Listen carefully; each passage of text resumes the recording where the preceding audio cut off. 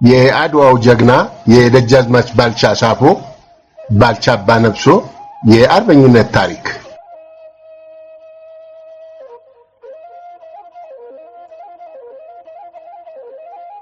ትውልድና እድገት ባልቻ ሳፎ በ1854 ዓ.ም ወሊሶ አካባቢ በሚገኝ አገምጃ ተብሎ በሚጠራ ቦታ ተወለዱ። ባልቻ ኑሯቸውን ዳግማዊ ምኒልክ ቤተ መንግስት ሲጀምሩ እድሜያቸው ገና የ14 ዓመት ልጅ ነበሩ። በአባታቸው ኦሮሞ በእናታቸው የጉራጌ ተወላጅ የሆኑት ባልቻ በመጀመሪያ በእልፍኝ አሽከርነት ቀጥሎም በጅሮንድ ተብለው የግምጃ ቤት ኃላፊ ሆነው ተሾሙ። ደጃዝማች ባልቻ ሳፎ ብዙ ሰው የሚያውቃቸው በፈረስ ስማቸው ባልቻ አባነፍሶ በሚል መጠሪያ ነው። የደጃዝማች ባልቻና የንጉስ ተፈሪ ፍጥጫ። የንጉስ ተፈሪ የዘመናዊነት አካሄድ ያልጣማቸው የዳግማዊ አፄ ምኒልክ ቀኝ እጅ የነበሩት ባልቻ ከንጉሠ ነገሥቱ ቀዳማዊ ኃይለ ሥላሴ ጋር ፍጥጫ ውስጥ ገቡ። ፖለቲካው ሳይሆን በጦር ብልሃታቸው የታወቁት ባልቻ የሻር መንገድ መርጠው ንጉሱን ከመጥለፍ ይልቅ ፊት ለፊት መጋፈጥን መረጡ። በተለይ ንጉስ ተፈሪ የንግሥተ ነገሥታት ዘውዲቱ ምኒልክን ስልጣን ቀስ በቀስ እየገዘገዙት እንደሆነ በማሰባቸው ቁጣቸው ገንፍሎ ነበር። ሆኖም ብዙ መኳንንቶች ንጉስ ተፈሪን በመቃወም ባነሳሱት አድማ ተይዘው በእስራትና በንብረት መወረስ ሲቀጡ፣ ባልቻ ግን ራሳቸውን ከአድማው ነፃ ለማውጣት ችለዋል። ባልቻ የሲዳሞ ገዢ በነበሩበት ጊዜ በ1920 ዓ.ም ወደ አዲስ አበባ እንዲመጡ ንጉስ ተፈሪ አስጠርተዋቸው ነበር። ባልቻ ትንሽ ጊዜ ወስደው ሲያቅማሙ ከቆዩ በኋላ ንግሥት ዘውዲቱ በላኩላቸው የማግባቢያ ጥሪ ወደ አዲስ አበባ መጡ። ባልቻ ወደ አዲስ አበባ ሲመጡ ብቻቸውን ሳይሆን የጦር መሳሪያ ያነገቡ ብዙ ጦር አስከትለው ስለነበረ ጭፍራቸውን ከአዲስ አበባ በስተደቡብ በሚገኘው ፉሪ ተራራ ላይ አስፍረው እሳቸው ጥቂት ወታደሮቻቸውን አስከትለው ወደ ቤተ መንግስት አመሩ። ባልቻ በንጉሱ ላይ ያላቸውን ጥላቻ በግልጽ ሲያሳዩ፣ ንጉስ ተፈሪ ደግሞ በበኩላቸው አርበኞች የለመዱትን ጮማ ስጋና ጠጅ አቅርበው ግብዣ በማድረግ በመልካም ሁኔታ ከተቀበሏቸው በኋላ በባልቻ ላይ ስለሚወሰደው እርምጃ ውሳኔ ያሳለፉ። በዚህ መሰረት በባልቻ ምትክ ደጃዝማች ብሩ ወልደ ገብርኤልን የሲዳሞ ገዢ ሆነው መሾማቸውን በአዋጅ ፉሪ ለሰፈረው ለባልቻ ጦር ተነገረው። የባልቻ ጦርም አዋጁን ከሰማ በኋላ አዲሱን ገዢ ተከትሎ ወደ አገሩ ተጓዘ። ደጃዝማች ባልቻ ራስ ተፈሪን ለመቃወም ያደረጉት ሙከራ ከከሸፈ በኋላ ብቻቸውን እንደቀሩ ስለተገነዘቡ በቀጥታ ወደ አዲስ ዓለም ቤተክርስቲያን ሸሽተው ነበር። ነገር ግን ብዙም ሳይቆዩ በጸጥታ ኃይል ተይዘው ታሰሩ።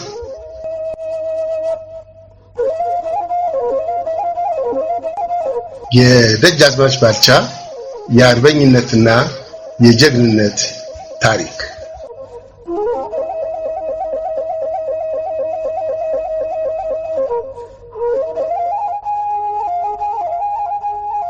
በኢትዮጵያ ታሪክ ውስጥ ከተነገረላቸው ዋና ዋና ጀግኖች መካከል አንዱ ባልቻ ናቸው። በጦርነት ላይ ባሳዩት ጀብዱ ስራቸው በታሪክ ላይ ተወስቷል።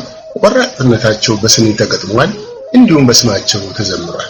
በጅሮንድ ባልቻ ከአድዋ ጦርነት በፊት በ1874 ዓ.ም በእምባቡር፣ በ1879 ዓ.ም በሐረርጌ እንዲሁም በ1887 በወላይታ በተደረጉ ጦርነቶች በመሳተፍ ጀግንነታቸውን አስመስክረዋል።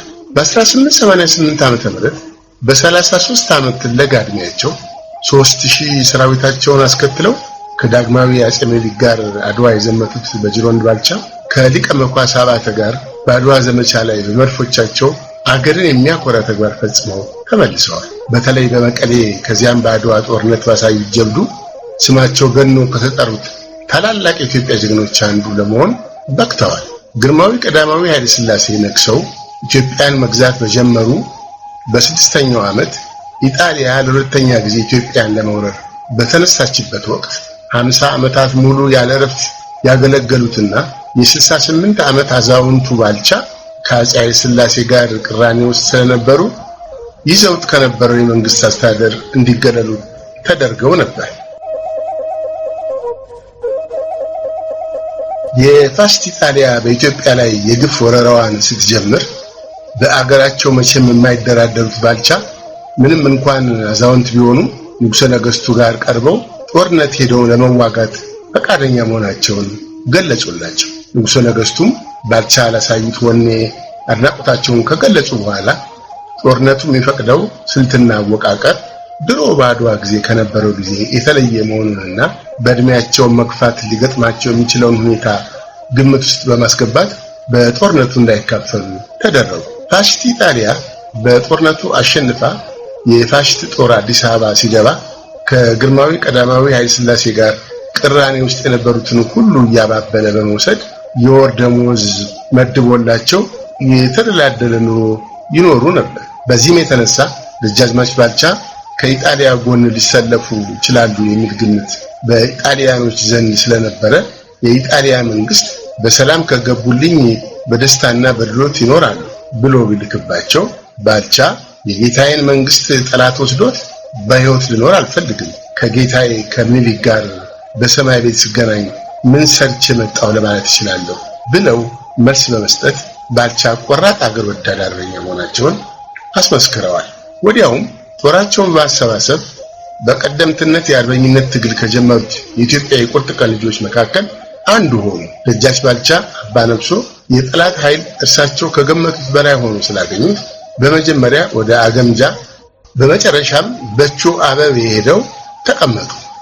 በቾ በነበሩበት ጊዜ ጀነራል ግራዚያኒ ያገረው ንጉስ የወረሰቦትን ሀብት እንመልስሎታለን ወደኛ ይግቡ ብሎ ቢጽፍላቸው ባልቻ ይረስ ለግራዚያኒ ገንዘቤን አንተ ከምትመልስልኝ የአገሬ ንጉሠ ነገሥት ሲወረሰኝ እሱ ይሻለኛል፣ አንተንም በሞት እንጂ በሕይወት አላይህም የሚል ቁርጥ ያለ መልስ ከላኩለት በኋላ ግራዚያኒ ኮሎኔል ፕሪንቺ ፖሊ የተባለውን የጠላት መኮንን በአባ ጁቢር አባዱላ መሪነት ብዙ ወታደር አስከትሎ ባልቻ እንዲወጋቸው አዘዘ።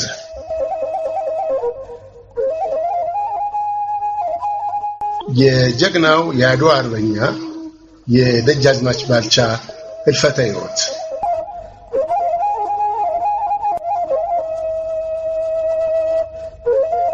ጥቅምት 27 ቀን 1929 ዓ.ም የጠላት ጦር ደጃዝማች ባልቻ ወደሚኖሩበት ቦታ ድረስ በባንዳ እየተመራ በመዝለቅ በእሳቸው ላይ ዘመተባቸው። ደጃዝማች ባልቻም ከዘመተባቸው የጠላት ጦር ጋር በጀግንነት ከተዋጉ በኋላ አብረዋቸው ከነበሩት አንዳንዶቹ በውጊያው ላይ ሲሰዉ፣ አንዳንዶቹ ሕይወታቸውን ለማትረፍ ሸሹ። የኢጣሊያ ጦር ባልቻን ከበባቸው። ወዴትም መሄድ አልቻሉ። በመጨረሻም አንድ የኢጣሊያ ወታደር ወደ ደጃዝማች ባልቻ ዘንድ ከቀረበ በኋላ ደጃዝማች ባልቻ ማለት አንተ ነህ ብሎ ጠየቃቸው። ደጃዝማችም አዎ እኔ ነኝ ሲሉት በሉ ይማረኩ፣ ሽጉጦትንም ያስረክቡ አላቸው። ደጃዝማች ባልቻም እኔ እጄ የምሰጥ ሰው አይደለሁም፣ ትጥቄንም አልሰጥህም ብለው ሽጉጣቸውን አውጥተው የኢጣሊያ ጦር መኮንን ተኩሰው ገደሉት። በቦታው የነበሩት የጠላት ወታደሮችም በጀግናው አዛውንት ደጃዝማች ባልቻ ላይ የጥይት ሩምታ አዘነቡባቸው።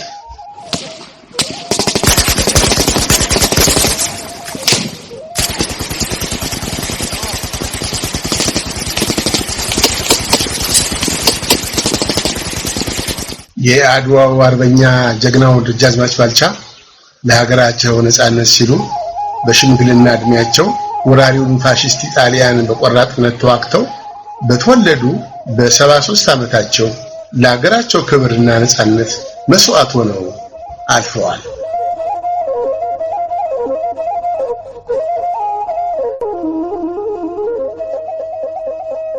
ለጀግናው አርበኛ ለደጃዝማች ባልቻ አባነብሶ የተደረጉላቸው መታሰቢያዎች። ለደጃዝማች ባልቻ የጀግንነት ስራዎች ክብር በመስጠት መታሰቢያ የሚሆኑ አዲስ አበባ ውስጥ ሆስፒታል፣ መንገድና ትምህርት ቤት ተሰይሞላቸዋል። ከነዚህ መካከል ጌጃ ሰፈር ልደታ ከፍተኛ ፍርድ ቤት አጠገብ የሚገኘው የደጃዝማች ባልቻ አባነብሶ አጠቃላይ ሁለተኛ እና መሰናዶ ትምህርት ቤት እንዲሁም ልደታ ቤተ ክርስቲያን አጠገብ የሚገኘው በ1968 ዓ.ም የተቋቋመው የሶቪየት ቀይ መስቀል ደጃዝማች ባልቻ ሆስፒታል ይገኙበታል። በተጨማሪም ከጦር ኃይሎች ወደ ሜክሲኮ የሚወስደው ዋና መንገድ በደጃዝማች ባልቻ አባነፍሶ ስም ተሰይሞላቸዋል።